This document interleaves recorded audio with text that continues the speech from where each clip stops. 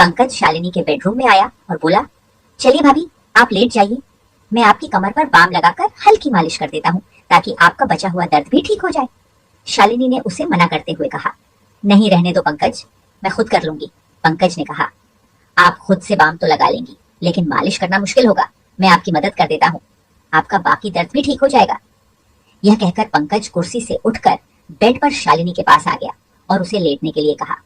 भाभी जी बताइए, कहाँ लगाना है शालिनी, जो पंकज की हमदर्दी और फिक्र देखकर अब उसे मना नहीं कर पाई। हकीकत में दर्द का बहाना बनाकर पंकज को परेशान करना चाहती थी। वह शर्माते हुए पेट के बल लेट गई और अपनी कमीज को कमर से थोड़ा ऊपर कर लिया। उसने कहा, यहाँ कमर पर लगाओ। पंकज ने थोड़ा सा बाम अपनी उंगलियों पर लिया और धीरे धीरे शालिनी की कमर पर मलने लगा। जैसे ही उसके हाथ शालिनी की पीठ पर पड़े, उसे एक सुकून का एहसास हुआ। पंकज ने धीरे धीरे मालिश करनी शुरू कर दी और उसके हाथों का स्पर्श शालिनी को बेहद आरामदायक लगा।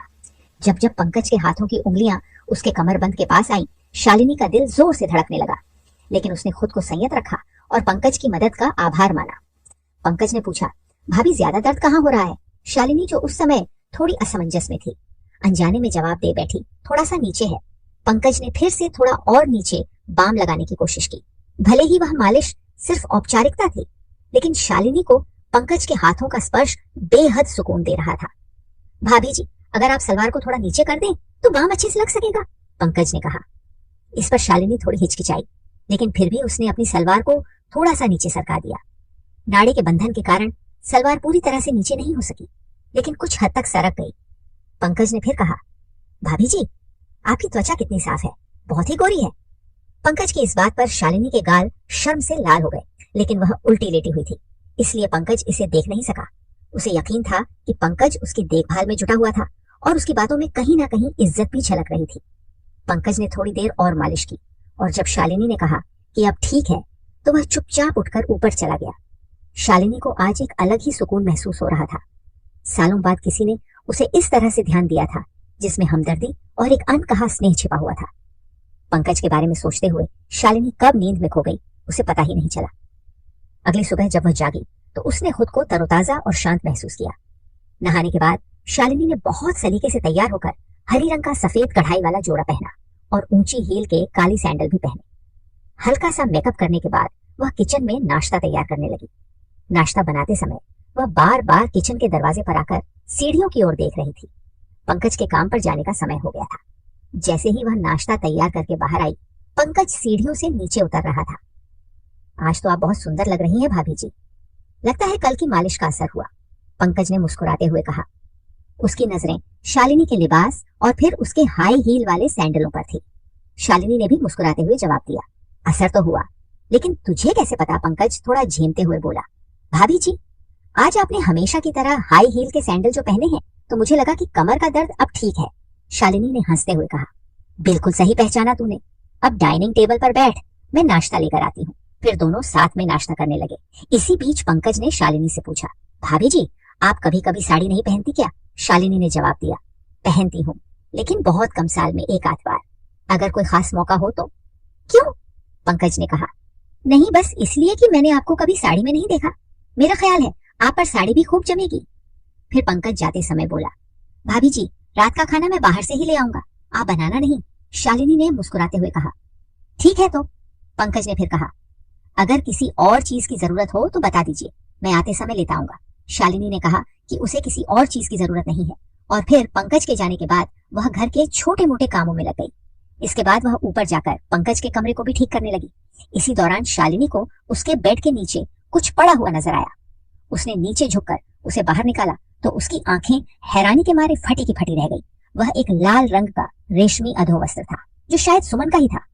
शालिनी ने उसे ध्यान से देखा और समझ गई कि यह किसी की व्यक्तिगत चीज हो सकती है, जो गलती से यहाँ रह गई होगी। उसने तुरंत ही उस कपड़े को एक तरफ रख दिया और कमरे की सफाई करने लगी। इसी बीच उसे 2 दिन पहले की घटना याद आई, जब पंकज और सुमन इसी कमरे में एक दूसरे के साथ थे। उसे लगा कि यह कपड़ा शायद सुमन का ही होगा। शालिनी ने कपड़े को उठाकर देखा, उसे उस पर कुछ सफेद दाग नजर आए। उसे समझते देर नहीं लगा कि वह दाग कैसे हैं। उन दागों को देखकर वह किसी दूसरी दुनिया में खो गई। तभी अचानक बाहर मुख्य दरवाजे पर दस्तक हुई तो उसने उस कपड़े को वापस बेड के नीचे रख दिया और बाहर आकर दरवाजे की ओर देखा। उसने देखा कि पड़ोस में रहने वाली कविता खड़ी थी।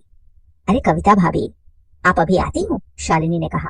उसने जल्दी से पंकज का कमरा बंद किया और नीचे आकर दरवाजा खोला। कविता जो पड़ोस में रहती थी, अपनी उम्र के 35वें दशक में थी और घर में ही ब्यूटी पार्लर चलाती थी। कविता अक्सर दोपहर में शालिनी के घर आ जाती थी या उसे अपने यहाँ बुला लेती थी और दोनों इधर उधर की बातें किया करती थी। उस दिन भी शालिनी और कविता ने गली मोहल्ले की ढेरों बातें की। कविता के जाने के बाद शालिनी ने एक बार फिर से नहाने का मन बनाया। सुबह पंकज ने साड़ी का जिक्र किया था, इसलिए नहाकर उसने लाल रंग की प्रिंटेड साड़ी पहन ली और साथ में सिल्वर रंग के हाई पेंसिल हील वाले खूबसूरत सैंडल भी पहने। पंकज के आने का समय भी हो चला था और वह शाम 5 बजे ही आ गया। जब शालिनी ने दरवाजा खोला तो पंकज उसे बड़े गौर से देखने लगा। उसे अपनी ओर इस तरह ध्यान से देखता हुआ देखकर शालिनी शर्माते हुए लेकिन अदा से बोली, ऐसे क्या देख रहे हो? पंकज मुस्कुराता हुआ बोला, वाकई भाभी, आज आप इस साड़ी में बहुत ही खूबसूरत लग रही हैं। यह कहकर वह अंदर आ गया। वह साथ में रात का खाना भी लाया था। भाभी, मैं रात का खाना लाया हूँ, आप बाद में इसे गर्म कर लेना, मैं ऊपर जा रहा हूँ फ्रेश होने के लिए। क्या आप एक गिलास शरबत बना देंगी प्लीज? शालिनी ने उसकी ओर मुस्कुराते हुए देखा और कहा, हाँ क्यों नहीं। इसके बाद पंकज ऊपर चला गया और फ्रेश होकर जब नीचे आया तो उसने एक आरामदायक टी शर्ट और शॉर्ट्स पहना हुआ था। शालिनी ने शरबत बनाया और उसे अपने बेडरूम में ले आई क्योंकि वहां कूलर लगा हुआ था। पंकज रूम में आकर बेड के सामने कुर्सी पर बैठ गया और शालिनी भी बेड पर टांगे नीचे लटकाकर बैठ गई।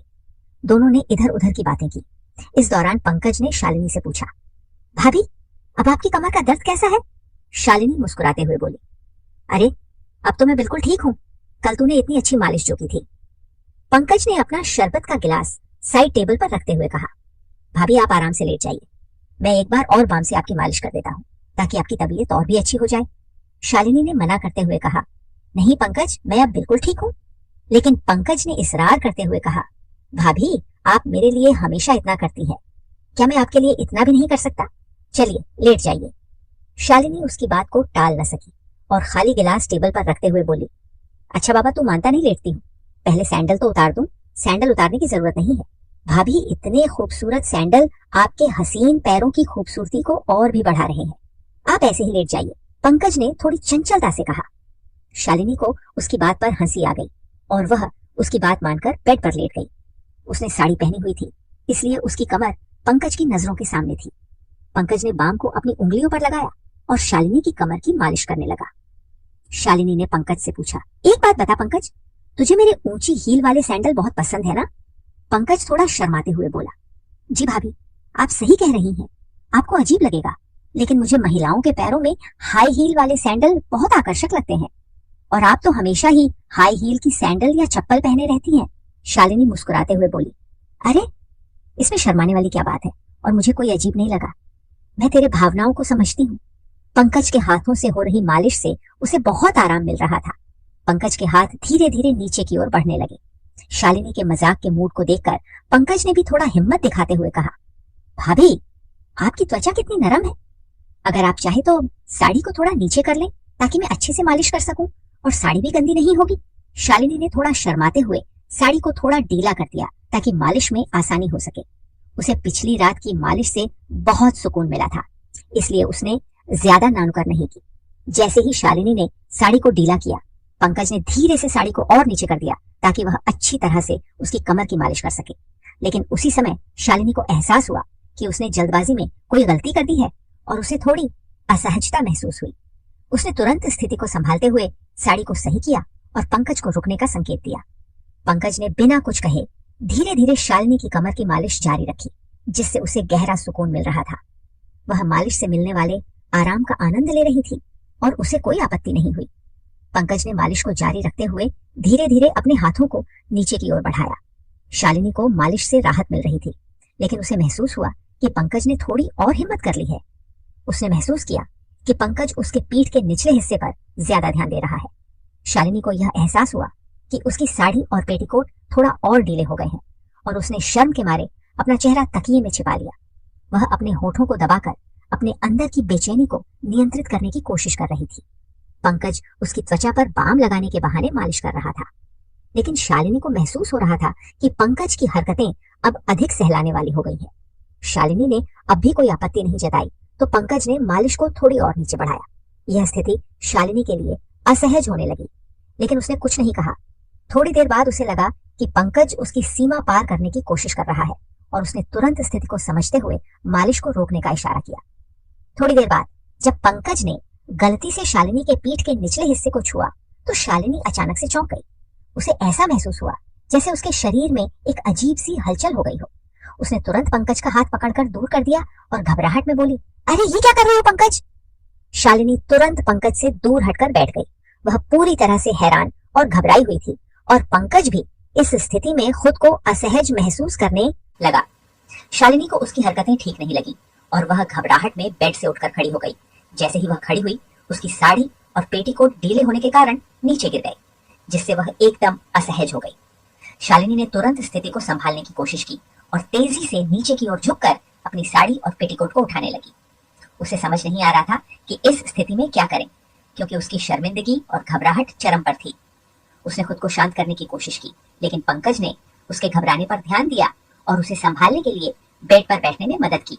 शालिनी ने पंकज से कहा, मुझे माफ करना, लेकिन अब यह सब सही नहीं लग रहा, हमें अब रुकना चाहिए। पंकज ने उसकी बात अनसुनी कर दी और वह रुका नहीं। बस फिर क्या था। शाम के समय शालिनी और उसका नौकर पंकज एक ऐसी स्थिति में आ गए जहां दोनों के बीच एक अनचाही नजदीकी उत्पन्न हो गई। शालिनी की सांसें तेज हो गई और उसका शरीर कांपने लगा। उसके मन में एक अजीब सी हलचल थी जिससे वह खुद को संभाल नहीं पा रही थी। हालांकि शालिनी पूरी तरह से स्थिति को समझने की कोशिश कर रही थी, लेकिन वह खुद को रोकने या कुछ कहने की स्थिति में नहीं थी। दोनों बिना किसी बातचीत के इस स्थिति में आगे बढ़ रहे थे। पंकज की नजदीकी ने उसे असहज कर दिया, लेकिन शालिनी ने उसे रोकने की बजाय उसे जारी रहने दिया। शालिनी के मन में उलझन थी और वह समझ नहीं पा रही थी कि क्या हो रहा है। उसके दिमाग में एक सन्नाटा था, जबकि उसका शरीर एक अनचाही स्थिति में फंस गया था। पंकज ने इस नजदीकी को बढ़ाते हुए शालिनी के शरीर को अपने तरीके से महसूस किया, जिससे शालिनी और भी ज्यादा असहज हो गई। आखिरकार शालिनी ने महसूस किया कि स्थिति बहुत आगे बढ़ चुकी है और उसे अब रोकना ठीक नहीं होगा। फिर वह सब आखिरकार शालिनी ने महसूस किया कि स्थिति बहुत आगे बढ़ चुकी है और उसे अब रोकना ठीक नहीं होगा। फिर वह सब कुछ हो जाने के बाद फिर से सन्नाटा पसर गया, जैसे कि किसी तूफान के गुजर जाने शांति होती है। उसने तुरंत पंकज को पीछे हटने को कहा। शालिनी खुद को संभालते हुए अपनी सांसों की सयामत करने लगी। थोड़ी देर बाद पंकज को अपना सिर झुकाए कमरे से बाहर निकल गया। तो दोस्तों, यह थी हमारी आज की छोटी सी कहानी। अगर आपको यह कहानी पसंद आई हो तो इसे लाइक करें और अपने दोस्तों के साथ शेयर करें। आगे भी ऐसी ही रोमांचक कहानियों के लिए हमारे चैनल को सब्सक्राइब जरूर करें। धन्यवाद।